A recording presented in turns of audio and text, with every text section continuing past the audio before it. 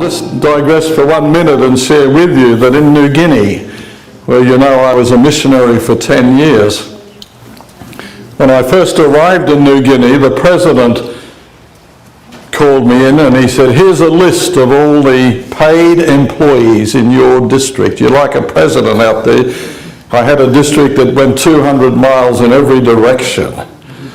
He said, and once a month they'll all come into the mission station and make sure you only pay the names that are on this list. I said, well, I'm a quick learner, You only want me to pay the names? There's 70 names on this list. They're the only ones I will pay.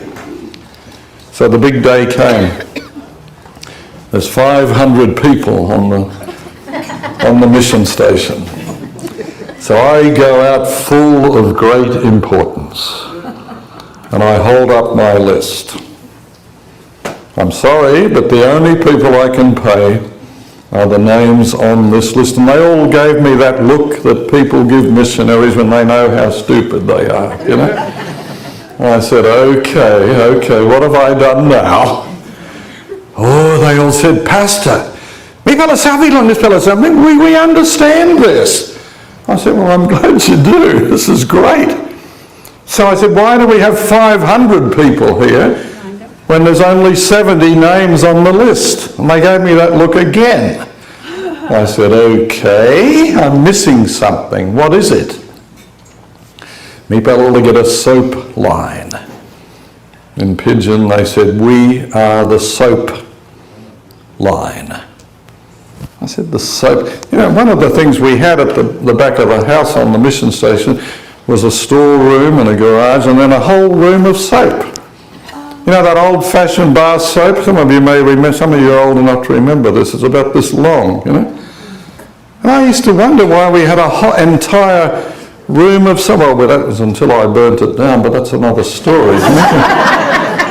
Until you burn down a whole room of soap, you get a lot of suds, believe me.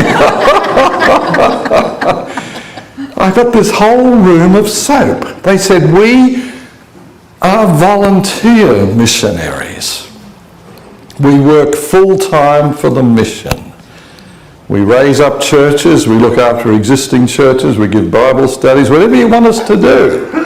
And all we ask from the mission every month is 1 bar of soap. I wept. It was the first time in my life I had seen the priesthood of all. Anyone who was baptized and became a believer in Jesus Christ automatically moved into ministry. Amen. Volunteered their services and all they asked for was 1 bar of soap. What a humbling moment that was. Amen. And here I was all worried about only paying the right people. And I've got 300 or 400 people that are there just as volunteers. Wow. And I look back at the homeland, which to me was Australia, and I said, well, home was never like this. Never. What a spirit they have in a country like New Guinea. 6 million people in Papua New Guinea, and today we have 500,000 Seventh-day Adventists.